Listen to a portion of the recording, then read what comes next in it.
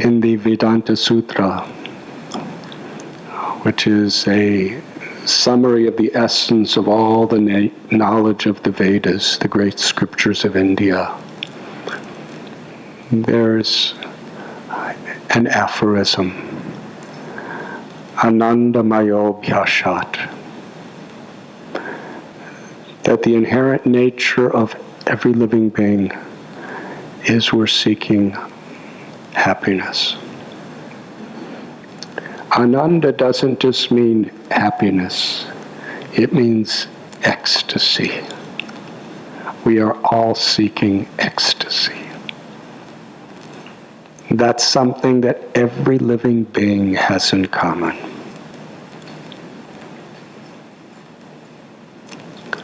The little cockroach that's crawling across maybe your kitchen counter at this moment is looking for happiness. The birds flying in the sky are looking for happiness. Every single fish in the sea is seeking pleasure. And all types of humans, whatever our race, our sex, whatever our religion or irreligion, whatever our nationality or social income status, everyone is seeking happiness. And everyone is trying to avoid what interferes with happiness, which is suffering. Why is this that we all have this in common? This question leads us to the very basis of spirituality. Who am I? Can I really find happiness if I don't understand who I am? Nourishment for a car is oil and gasoline. But will oil and gasoline give deep pleasure to the driver of the car? It'll give some happiness because we'll be happy that our car is going well. But we need something more. We need a different type of food.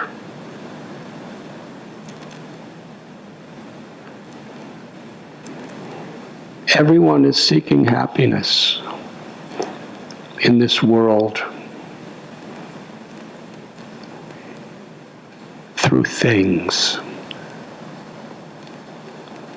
Things can give some flickering pleasure to the senses and to the mind, but things can never give pleasure to the heart.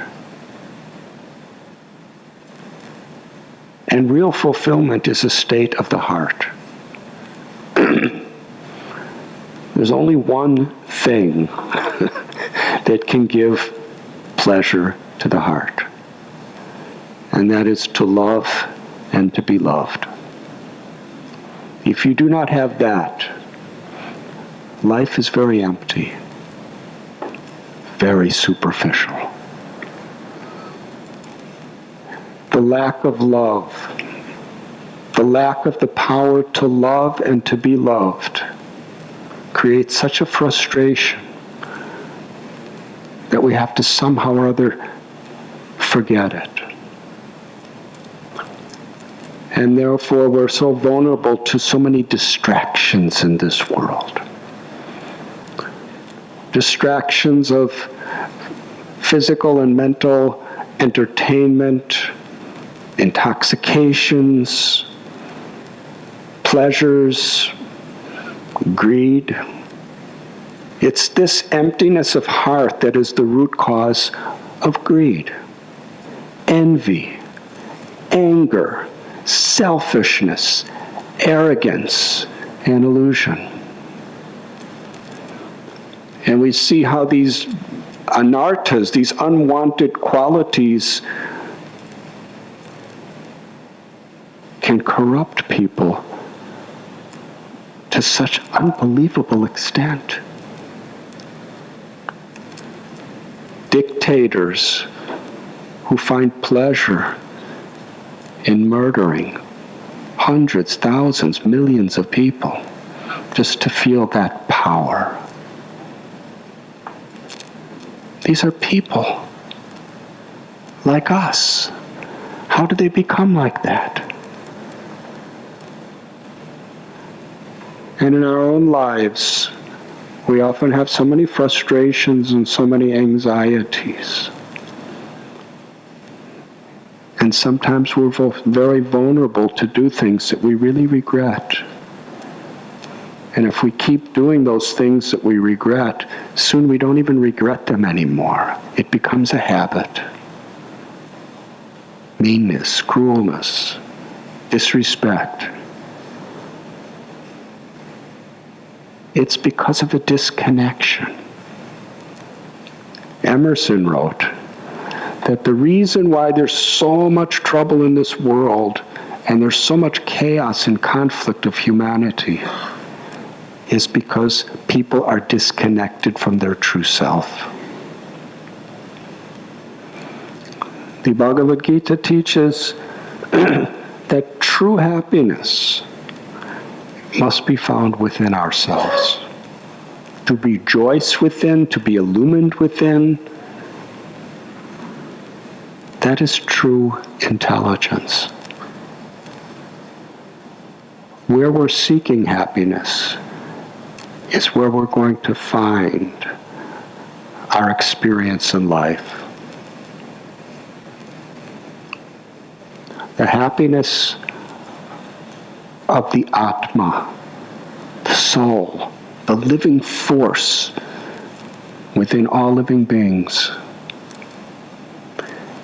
is the happiness of feeling the infinite love of God. Recognizing it, appreciating it, and being an instrument of that love.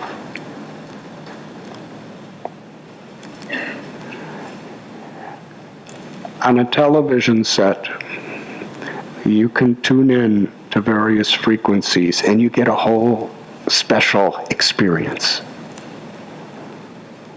When we were young, there was 4 stations.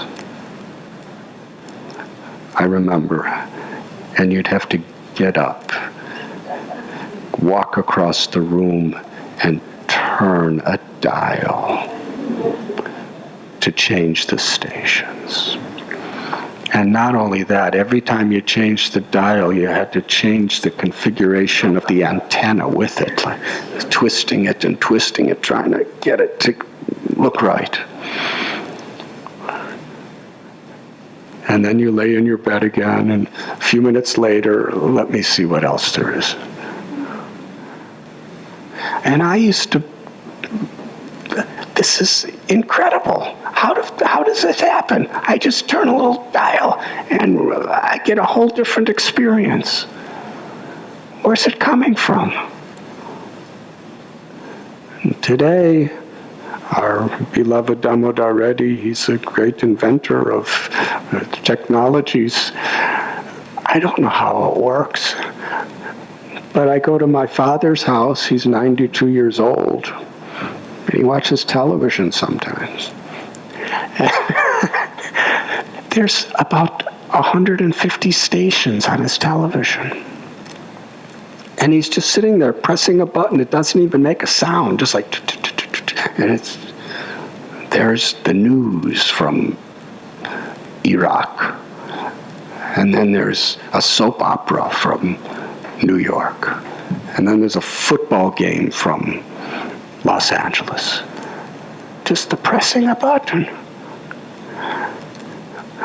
But my father told me, and he tells me all the time, he said, do you remember when you were young? He said, when I was young, there was just radio. When you were young, there were just 4 stations. Now there's hundreds of stations. And he said, and I can never find anything worth watching. But the amazing thing is you just press a button, and how is it you get a whole different picture and a whole different sound? Because you're tuning into a particular frequency. And those frequencies are everywhere. It's not that you call the television station and say, please send me this particular show, and then you have to wait like so many hours. With the press of a button, it's there.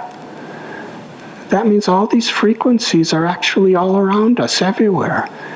And what you tune into is what you're going to access. And Marcy was explaining in this way. The quality of our life is really what we tune our consciousness into. If we tune our consciousness into greed, then the collective greed of the entire world and the entire universe, it affects us. Everybody's greed will affect us. If we turn into a selfish passion of lust, once we tune in, that energy can consume us. Envy, anger, arrogance. If we tune into goodness, kindness, then we're going to access that. Bhakti Yoga is the process of tuning in to the deepest, most profound of all energies, the energy of grace. Grace is the Supreme Being, or God's love for all living beings, extending to us. In the Vedic literatures, the feminine aspect of the divine or of God especially is the embodiment of and the source of all grace. There is Ram and Sita, Narayan and Lakshmi, and in our tradition, Krishna and Radha. Radha is the motherly, compassionate aspect of the one supreme truth, the father and the mother of all living beings. When we tune into her grace, that grace has the power to forgive us, to inspire us, to cleanse us, and to fill us with love. How to tune into that grace? Through chanting God's names, through our prayers, through seva, we can tune into that grace. And once we tune in, we become antennas. We can only emit, we can only give what we receive. As Marcy was saying, the more we're happy, the more we could give happiness. The more we feel God's love, the more we can share God's love.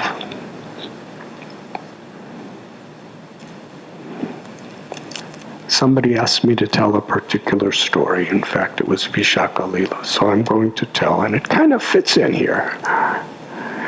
It was in 1971. I was just wandering and seeking truth. And so much negativity, so much suffering, so much confusion I was seeing around me as I was traveling. But I was really looking for lessons that could connect me to a higher reality, the reality of myself, of God. And I learned a beautiful lesson from the most unlikely person I could have ever imagined. Not far from where I met Marcy in the Himalayas, near the banks of the river Ganges, I was walking up toward the northern parts of the jungles. And in that Himalayan jungle, I came to a clearing. And I saw something that horrified me. It was in a completely reclusive place. And there were people, dozens. Some were naked. Some were wearing filthy rags. Some were sleeping on the ground. They looked really hungry and miserable. But worst of all, most of them were deformed. They had no fingers. They had no toes. Some did not even have a nose. It was a leprosy colony. And these lepers were completely rejected by society. They were helpless, they were hopeless, and they were desperate. And when they saw me,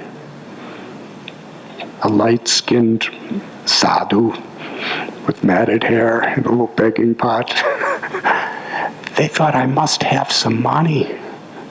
So they gathered around me, about a dozen of them, tightly made a circle so I couldn't move. And each one of them was fighting to get in front so that they could get a donation from me. They were screaming out with such hungry, desperate glances. Bakshish, bakshish, bakshish, give me charity. I didn't have anything. If I did, I would have given them everything I had. All I had was these little sadhu robes that somebody gave me. But they wouldn't let me go, screaming. And as they were screaming, many of them were spitting right in my face and my mouth. And I used to see leprosy in movies from Hollywood. And I always understood it's really contagious. That's why they have to live in some cave on an island. I was thinking, I'm going to get leprosy. They're touching me. They're spitting on me. And they wouldn't let me go. About 20 minutes later, finally, they literally searched me with their fingerless hands. And when they saw I really had nothing, they dispersed. I took about 2 steps, and what I saw on my left side made me stop. Something that changed my life forever. I'll never forget. Maybe about 15 feet away was a really old leper woman. She was really in filthy rags.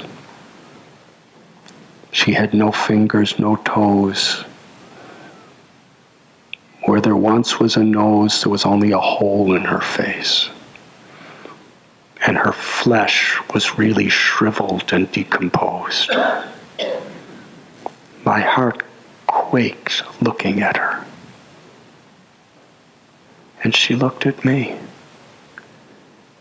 And in her gaze, I could feel that she really felt sorry for what her people just did to me. She looked at me with compassion. In her eyes, I saw a mother's love. Our eyes locked together. And then she folded her palms to offer pranams to me. And I did the same for her. And then she held out her fingerless hand to bless me. I walked over to her and fell to my knees and put my head under her hand. And she rubbed the top of my head. And I heard her repeating in the Hindi language, again and again, with such emotion, "May God bless you, my child. May God bless you, my child." I looked up at her. Her face was lit up with joy. Tears of happiness were flowing from her eyes. This may sound strange, but I'm speaking the truth of my heart. I was just coming out of my teens then. I was perhaps 20 years old,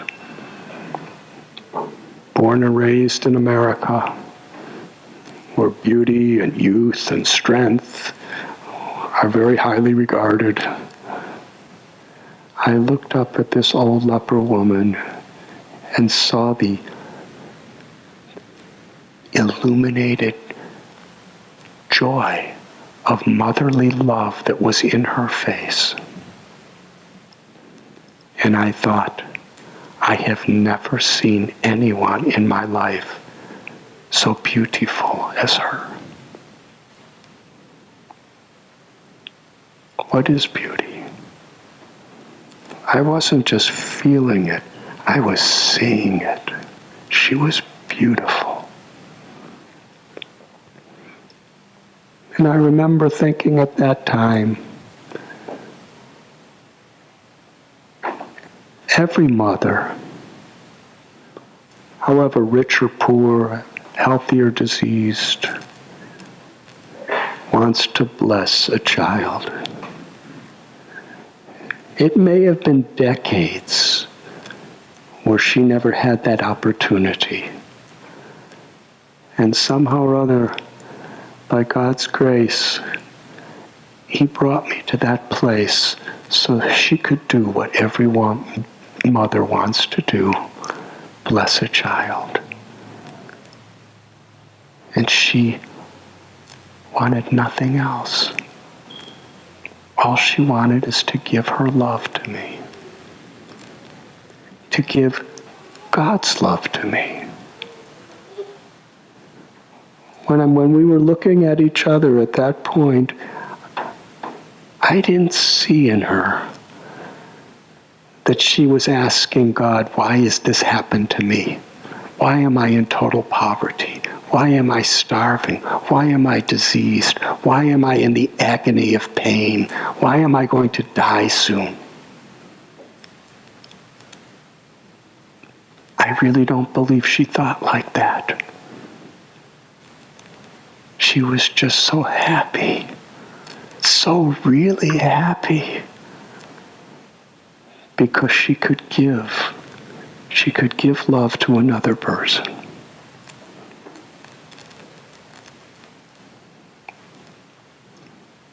I left that place and walked up the mountains a little and came to the banks of a creek. It was actually a tributary of Mother Ganges. And I was trying to process what I just experienced.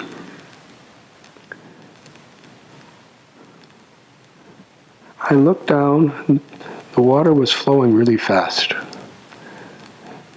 I was trying to see beneath the surface of the current, but I couldn't. I was just seeing what right was on the top of the river, the rippling, swirling waves, and sometimes some little plants flowing by.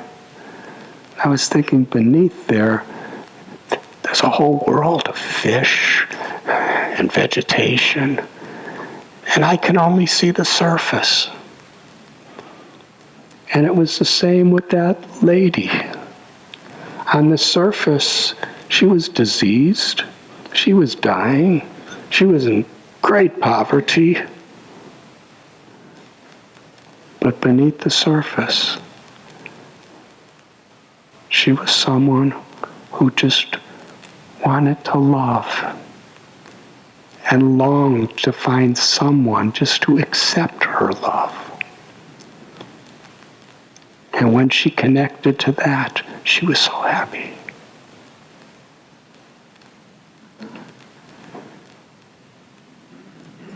What is beauty? What is happiness? I saw more happiness in the face and in the heart of that leper woman than I see in practically the whole population of California. No offense.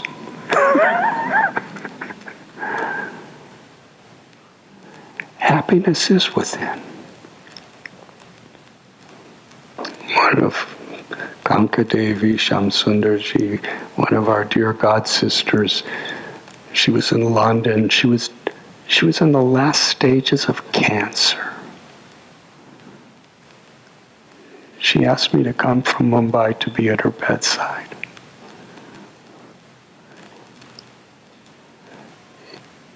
Just a couple days before she passed from this world, she had 5 children. She was an activist in whatever she did for so many years.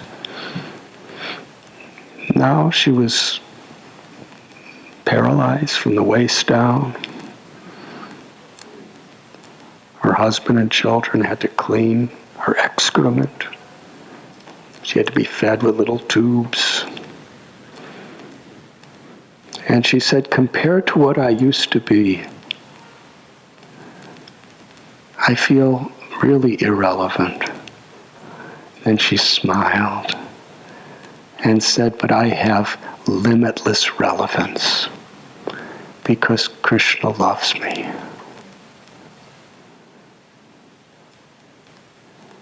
And I can't think myself better than anyone else because Krishna loves everybody. That's where our true relevance is. That we are eternal souls, beyond birth and beyond death. Mamaivam so jiva loke jiva bhuta sanat. We're all a part of God. And God's grace is everywhere and in everything. But we forgot because we're tuned into so many other frequencies.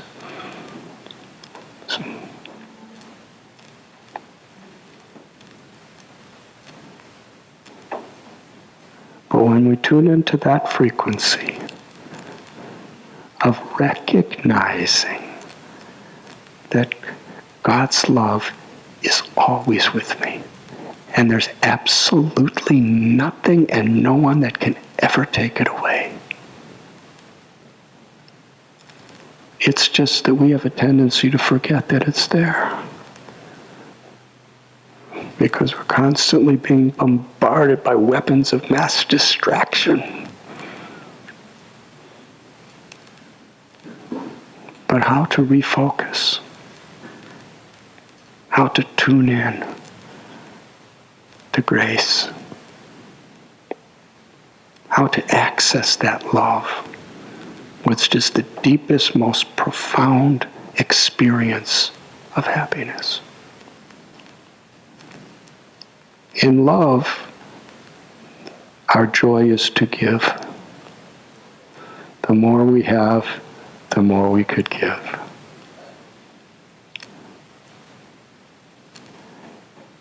Here in Silicon Valley, the capital of the universe for technology, at least this kind of technology,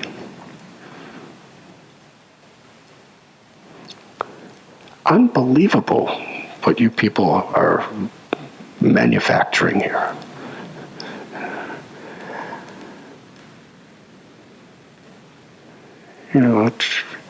computers that took up entire warehouses.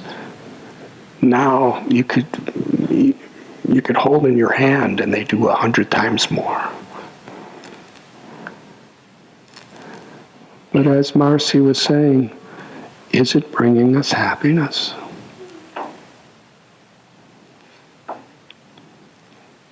Money? I'm 65 years old. I've been wandering around, going to so many different places. I have never seen in my life where lots and lots of money can ever make a person happy.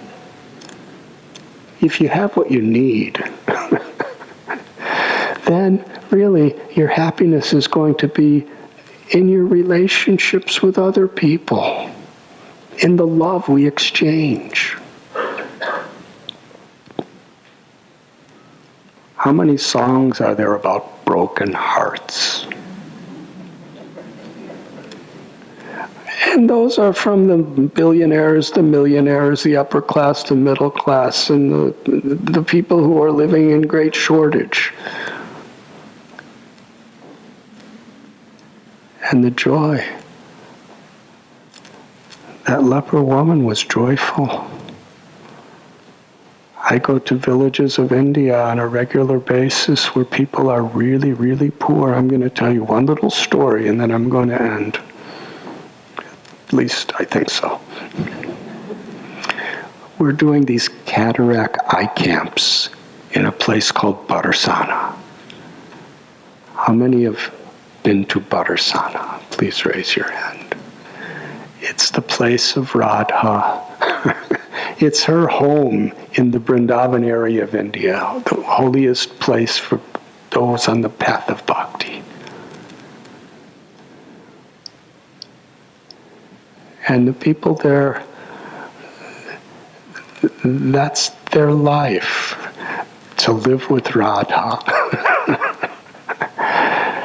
to live in the presence of God. So there's villages that are some distance from there where people are so poor. They've never gone to a doctor in their life. They've never gone to a dentist in their life. They live in conditions that we can't even believe here in America. And the number one cause of blindness is untreated cataracts. So our Bhaktivedanta hospital goes every year to do these cataract surgeries, about 1,000 at a time at this one camp, and then later we set up a permanent little clinic. So there was thousands of people, coming to get their checkups for their cataracts to see if it was ready to remove. And I remember, have any of you ever met a kirtan singer named Shamdas? Shamdas was an American from Connecticut, and his mother, Gloria, she was the state senator for Connecticut. And she knew all the big people of American politics and entertainment. She was really a socialite, multimillionaires. And I saw on her wall when I visited her house, I believe it was Look magazine, front cover. It was just as popular as Life in those days. And the whole front cover was just a picture of her. And it said, Gloria Schaefer, the most powerful woman of American politics. So anyway, she came to visit her son, and her son brought her to meet me at the eye camp. And it's really a primitive place. It's kind of muddy and cold and rainy. People are tents, and there's thousands of these villagers, and they're really poor people. And the local people give us a school, a really old, beat-up school, where we can also, take care of people. So in one of the rooms of this school, in each room, there was about 25 of these villagers just squatted on the floor, just waiting their turns. And I was just going around and talking to many of them. I had a translator. And there was this one lady. She was really small in size. I think she was about 85, but she looked like she was about 105.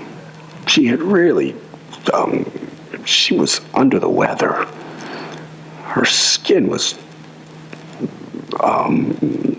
really coarse and beaten down. And she was wearing rags. And she was just squatted down. And I was asking people about who they were and where they were from. And she told me that years ago her husband died. And all her children died or left. She had no one. She was completely alone in life. She lived in a little hut. They took the hut away because she couldn't pay. So she ended up, she's just living on the roadsides and under trees. An old lady with nothing and no one. And she can't see because she's got these big cataracts. And after telling me this whole story, she said, I only have one prayer in my life. I want to get vision in at least one eye so that I can make rotis for Radha. She said, I don't want anything else. I don't need anybody to help me. I don't want a home. I don't want great food. I just want to make roti. Roti means bread, unleavened bread, chapati. I just want to be able to see so once again, after so long, I could make rotis and offer it to my beloved Radha. And then she said, and today, she started crying. She said, today you're going to remove this cataract. I'm going to see. I'm going to make roti for Radharani. And then she jumped up and started to dance. And the other 20-some ladies in the room who were all old like her, she started singing a song and told everybody, dance. And everybody got up and started dancing, and it's really a mystical dance. She was going like this. You've seen the Brijavasis dance. She was dancing and smiling. And if I remember right, she didn't have any teeth, maybe one or two rotten ones, but she was smiling and dancing and smiling and dancing. And she went into the hall and was smiling and dancing and kind of bumping into people because she couldn't see so good. And she went to the end of the hall where there was a lobby.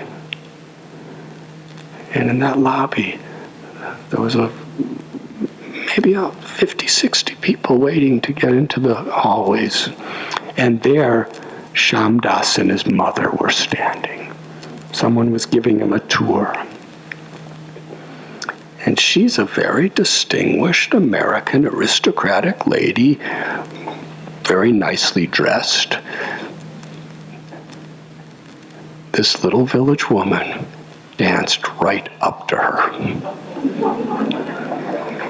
And she was very small, and she looked right at Gloria's face and was dancing. And she ordered Gloria, dance! Gloria was culture shocked.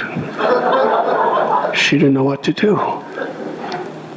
The woman looked at her more, and she was, dance, dance, dance. And everybody in the whole room was now focused on the scene. Gloria turned to Shyamdas, her son, and said, what should I do? And Shyamdas turned to me and said, what should my mother do? I said, tell her to dance.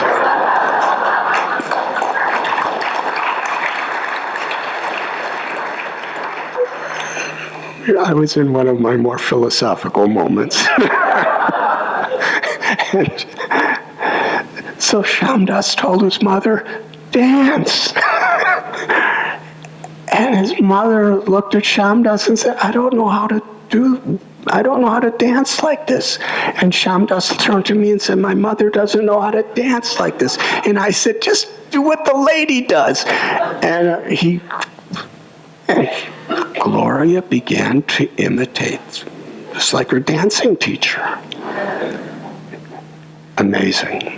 I must say, Gloria is really talented because she was dancing identical to that village lady. And they were dancing all over the room. And Gloria was smiling. And that lady, seeing that she got this American lady to dance with her, she was smiling in ecstasy.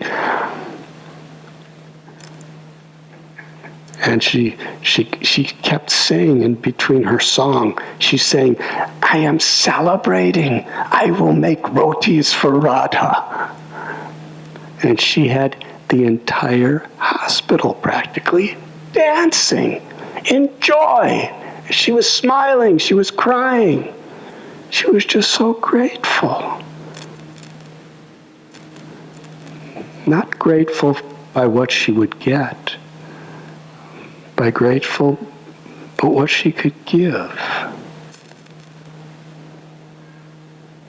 Human evolution is when we go from the greed of getting things to the true joy of giving. Because that's where we can express love.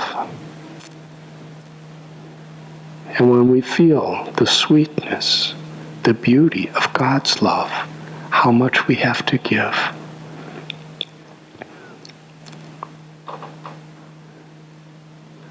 Bhoktaram jagatapasam sarvaloka maheshwaram suradam sarvabhutanam gyatmamam shanti mrichchati.